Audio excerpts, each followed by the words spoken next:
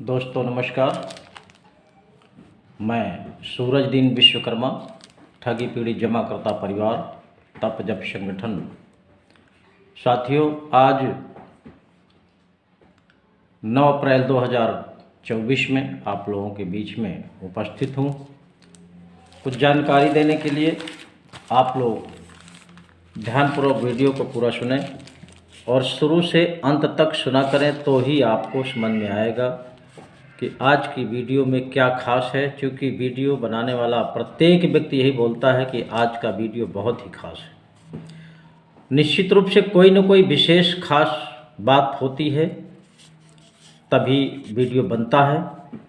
और जिस संदर्भ में वीडियो बनाया जाता है, चिटफंड कंपनियों का भुगतान के प्रति, यानी देश के प्रत्येक कंपनी के प्रत्येक निवेशक के भुगतान का जो संघर्ष चल रहा है इस ठगी पीड़ित जमाकर्ता परिवार के माध्यम से, उस पर निश्चित रूप से कोई न कोई विशेष बात होती है। तो मैं चाहूँगा कि जिन साथियों ने अभी तक हमारे चैनल को सब्सक्राइब न किया हो वो सब्सक्राइब कर लें, लाइक करें, कमेंट करें और इस वीडियो में ज़्यादा से ज़्यादा लोगों तक पहुंचाने का भी काम करें, क्योंकि ये भी एक तरह से समाज सेवा है साथियों। और हमारे सभी जो कार्यकर्ता साथी हैं, एजेंट साथी जिनको कहते हैं, उनकी सबसे बड़ी जिम्मेदारी बनती है, क्योंकि उन्हीं के ऊपर देश की जनता ने बहुत बड़ा विश्वास किया था, कंपनियों पर नहीं, विशेषकर आप लोगों के ऊपर बहुत बड़ा विश्वास किया था। और वो विश्वास आपने कंपनियों के ऊपर किया और कंपनियों ने धोखा दिया, तो वो विश्वासघात आपके ऊपर फूटा। लगभग सभी निवेशक एजेंट को ही दोषी मानते हैं और तरह तरह से वो प्रताड़ित भी करते हैं। तो मैं साथियों आज कहना चाहूँगा कि जो जमाकर्ता साथी, एजेंट साथी आपस में लड़ रहे हैं, विषय ये नहीं है। जमाकर्ता को अपना भुगतान चाहिए, माध्यम एजेंट था। अगर एजेंट ने ईमानदारी से आपका पैसा जमा करके रसीद और बांट दिया है, तो निश्चित रूप से कंपनी ने उसके साथ धोखा किया है। और इस धोखे को समझने के लिए कि भुगतान हमारा कैसे मिले, हमारी गाढ़ी कमाई वापस कैसे मिले, इस पर सबको थोड़ा सा चिंतन मंथन करना है। और हमारे संगठन के माध्यम से जो संघर्ष हुआ है उसका बहुत बड़ा असर है देश में। आप देख रहे होंगे तमाम कंपनियों के ऊपर कार्रवाई शुरू है। और जिस तरह से संगठन मांग कर रहा है कि भारत सरकार ने जो कानून बनाया है भुगतान के लिए, प्रत्येक निवेशक के भुगतान के लिए जो कानून बनाया है बर्ड्स एक्ट 2019, इसके तहत सबका भुगतान हो, इसके तहत कार्रवाई हो, तो उसमें अभी विशेष सफलता नहीं मिल रही है। लेकिन संगठन का प्रेशर इतना था कि कंपनियों के ऊपर तमाम तरह की कार्रवाई, तमाम तरह की नोटिस जरूर जारी हुई हैं। उसी श्रृंखला में आपको मैं बता दूं, आज बहुत बड़ी खुशखबरी है एक तरह से। फतेहपुर जनपद, उत्तर प्रदेश का एक छोटा सा जिला है फतेहपुर जनपद। यहाँ पर एक ठग प्रदीप वर्मा नाम का था, उसने अपनी कंपनी खोली और लाखों करोड़ों रुपए लेकर के फरार हो गया। अब जिन एजेंटों ने उस कंपनी में काम किया था, अपनी जिम्मेदारी पे लोगों का पैसा जमा कराया था, वो बेचारे इधर उधर भटकते रहे, परेशान रहे।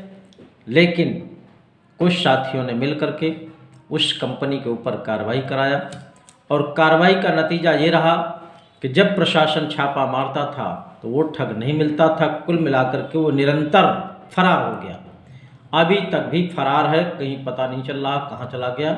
आज आपने देखा भी होगा फतेहपुर जनपद के लोकल पेपर में, दैनिक जागरण में वो खबर आई हुई है, जो प्रशासन ने उसके घर की कुर्की कर दिया है। और पेपर में भी है, मैं देखो इसमें देख करके बता रहा हूँ। कंपनी थी vision land and Infratech limited company. ये फतेहपुर जनपद में एक बुलेट चौराहा पड़ता है, वहाँ पर खोल रखा था। और प्रदीप कुमार वर्मा नाम का ये मेन सीएमडी था, इस कंपनी का मेन मालिक था। इसने करोड़ों रुपए लेकर के चंपत हो गया। और जो पीड़ित था इसमें निवेशक उमाकांत त्रिवेदी, ये हुसैनगंज पड़ता है कस्बा फतेहपुर जनपद में ही। उमाकांत त्रिवेदी ने 2021 में एफआईआर लिखाई और एक जौनपुर जिले का उत्तर प्रदेश का एक ज़िला है जौनपुर, वहाँ का एक साथी था विनोद कुमार सिंह, इसके विरुद्ध धोखाधड़ी का मुकदमा कराया। तब से ये दोनों फरार हैं। विनोद कुमार के घर की कुर्की हो गई है जौनपुर ज़िले में। कल देर शाम को इस प्रदीप कुमार वर्मा के घर की कुर्की हो गई है और आप इसको दैनिक जागरण की खबर में पढ़ सकते हैं। तो इस तरह से जो प्रेशर बना संगठन का, निश्चित रूप से ठग तो परेशान हैं। हाँ, अभी हम जिसके लिए हमारा संगठन भुगतान के लिए जो परेशान है, अभी वास्तव में भुगतान नहीं हुआ है, लेकिन प्रक्रिया तो चालू ही हो गई। ठगों को सम्मन जाना, नोटिस जाना, उनके ऊपर एफआईआर होना, जेल जाना, उनको फरार हो जाना, उनकी घरों की कुर्की हो जाना, ये सब प्रक्रिया ही है और ये काउंट करता है बर्ड्स एक्ट 2019, अनियमित जमा योजनाएं पाबंदी कानून 2019 अंतर्गत आता है इसके। लेकिन सरकारों की लापरवाही से, सरकारी तंत्र की लापरवाही से उस कानून के तहत कार्रवाई ना किया जाना ये दुख का विषय रहा अभी तक। लेकिन एक समय वो भी आने वाला है, बहुत कम समय में संगठन तैयारी कर रहा है, संगठन के पदाधिकारी तैयारी कर रहे हैं कि इस कानून के तहत जितने भी कंपनियों के ऊपर मुकदमे हैं वो सब कन्वर्ट कराए जाएंगे। हालांकि कन्वर्ट करने के लिए बाईकोर्ट अपील करने के लिए हमने कहा है, बहुत लोगों से कहा है, कुछ लोग तैयारी भी कर रहे हैं कि जिन कंपनियों के ऊपर एफआईआर है, मुकदमा लगे हुए हैं, उन मुकदमों को बर्ड्स एक्ट में कन्वर्ट कराया जाए। ये बाईकोर्ट, इसकी अपील करना पड़ेगा, फाइल तैयार करना पड़ेगा, वकील के माध्यम से ही होगा। इसको आप लोग लगे रहें तैनाती से, निश्चित रूप से आपका ये शुभ संकेत है। इसी तरह और भी कंपनियों की कुर्की हुई है फतेहपुर जनपद में, और भी कंपनियों के ऊपर एफआईआर हुआ है। तो कुछ कंपनियों के जो डायरेक्टर हैं, जो मालिक हैं, वो जेल चले गए हैं, कुछ फरार हुए चल रहे हैं, कुछ के ऊपर कार्रवाई चल रही है। एक शिवंग क्या नाम से कौन सी थी, शिव कमल नाम की एक कंपनी थी उत्तर प्रदेश के फतेहपुर जनपद में, उसके ऊपर भी कार्रवाई हुआ, वो जेल चला गया। उसकी जांच चल रही है, कितनी संपत्ति है, पहले कितनी थी, कंपनी खोलने के बाद कितनी हुई। इस तरह से और भी तमाम कंपनियां हैं। टोगो रिटेल मार्केटिंग लिमिटेड की भी छानबीन बहुत तेज़ी से चल रही है। जो भी उनके डायरेक्टर हैं और जिम्मेदार पर्सन हैं, वो सब परेशान हैं, इधर उधर भटक रहे हैं। और अब तो ये देखा जा रहा है, बड़ा हंसी इस बात की आ रही है कि जो जिम्मेदार थे, बड़े बड़े डायरेक्टर बने थे, वो अपने आप को बड़ा भाई टाटा बिरला की तरह चलते थे, बड़ी बड़ी गाड़ियों से चलते थे, टाई बेल्ट इतना वीआईपी होता था कि आईएएस पीसीएस अफसर भी फेल हुआ करता था। आज वो गिड़गिड़ा रहे हैं कि हमको धोखे में डायरेक्टर बना दिया गया, हम जानते नहीं हैं कुछ। और उस समय गड्डियों में खेलते थे, तब सब कुछ जानते थे। अपने बचने के लिए सब तमाम तरह की नाटकबाजी चल रही है, लेकिन जो कार्रवाई है वो निश्चित रूप से होने जा रही है। बहुत तेज़ी से छानबीन चल रहा है टोगो रिटेल मार्केटिंग कंपनी का।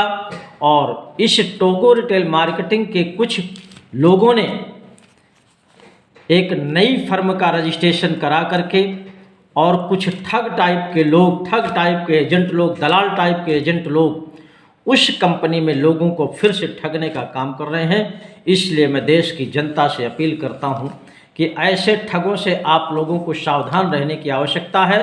फिर आपके घर में डाका डालने का काम शुरू हो गया है, आपको भ्रमित करके आपका पैसा ऐंठने का काम शुरू हो गया है। ऐसे चालबाजों से, ऐसे 420ओं से आप सबको सावधान रहने की आवश्यकता है। और कंपनियों के नाम बदल करके, प्लेस बदल करके, कहीं कार्यालय लुक छुप करके काम कर रहे हैं, कहीं इसके घर करते हैं, कहीं उसके घर करते हैं, कहीं उसके घर करते हैं। और इसकी छानबीन इस समय फुल पावर में सीबीआई है, ईडी है, सरकारी संस्थान जितने भी हैं उनके माध्यम से तरह तरह से जांच चल रही है, तरह तरह से इंक्वायरी चल रही है। निश्चित रूप से ऐसे जितने भी ठग हैं, 420 हैं, दलाल हैं, मक्कार हैं, जो धोखेबाज हैं, जनता को, भोली भाली जनता को फिर से ठगने वाले हैं, ये निश्चित रूप से फिर से फंसने वाले हैं। और फंसने के बाद इनकी क्या दशा होगी ये स्वयं जानेंगे, इसको बताने की आवश्यकता नहीं है। इसलिए आप सबसे निवेदन करना चाहूँगा, हमारे संगठन की तरफ से जो भी पहल चल रही है वो केवल भुगतान के लिए चल रही है। हमारे संगठन में वही साथी रहेगा जो बिल्कुल पाक साफ है, किसी दलाल के चक्कर में नहीं है, कहीं ठगाही नहीं करता है, कहीं फ्रॉडगिरी नहीं करता है, कहीं एजेंटगिरी नहीं करता है, किसी कंपनी का स्कीम नहीं बेचता है, वही हमारे संगठन में रहेगा और वही पक्का साथी आप सबके भुगतान का संघर्ष करेगा। और भुगतान का संघर्ष इतना सरल हो गया है कि जो कानून सरकार ने बना दिया है भुगतान के लिए, बस उसी को लेकर के हम लोग संघर्ष कर रहे हैं। अलग से हमारा कोई यंत्र मंत्र तंत्र नहीं है। बस फर्क इतना पड़ेगा, उस कानून को क्रियान्वित कराने के लिए, उस कानून के तहत कार्रवाई कराने के लिए, उस कानून के तहत भुगतान कराने का हमको आंदोलन करना पड़ेगा। और उसके लिए हम सबको एकजुट होने की आवश्यकता होगी। और आप लोग इसमें अपनी अपनी तैयारी रखिएगा। जैसे ही चुनाव समाप्त होगा आपकी डेट की घोषणा हो जाएगी और आंदोलन किया जाएगा, भुगतान कराया जाएगा। कुछ साथियों ने कमेंट किया है कि जब चुनाव हो जाएगा तब आंदोलन करने से क्या फ़ायदा होगा।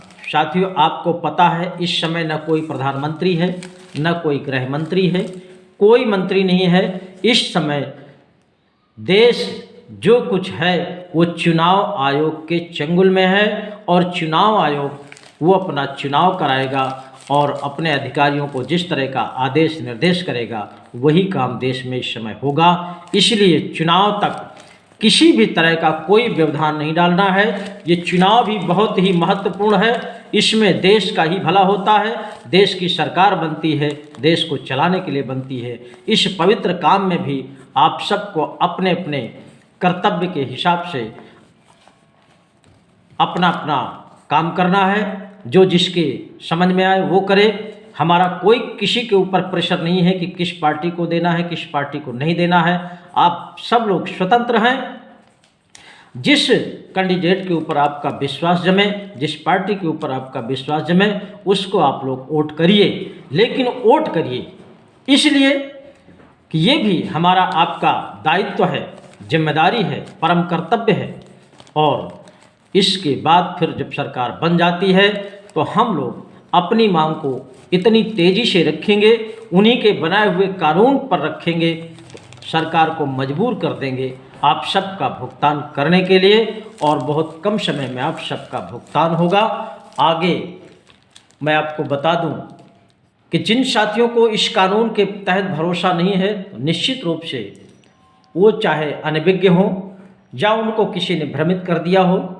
साथियों, आप लोग अपने अपने मोबाइल में सर्च करके देखिए, किसी विद्वान वकील को पढ़ाइए, किसी विद्वान मजिस्ट्रेट को पढ़ाइए और उनसे पूछिए कि ये कानून किसके लिए बना हुआ है, किस काम के लिए बना हुआ है, देश के निवेशक के लिए बना हुआ है या किसी और काम के लिए बना हुआ है। तो आपको पता हो जाएगा कि वास्तव में ये कानून भारत सरकार का बनाया हुआ है और प्रत्येक निवेशक के भुगतान के लिए बना है।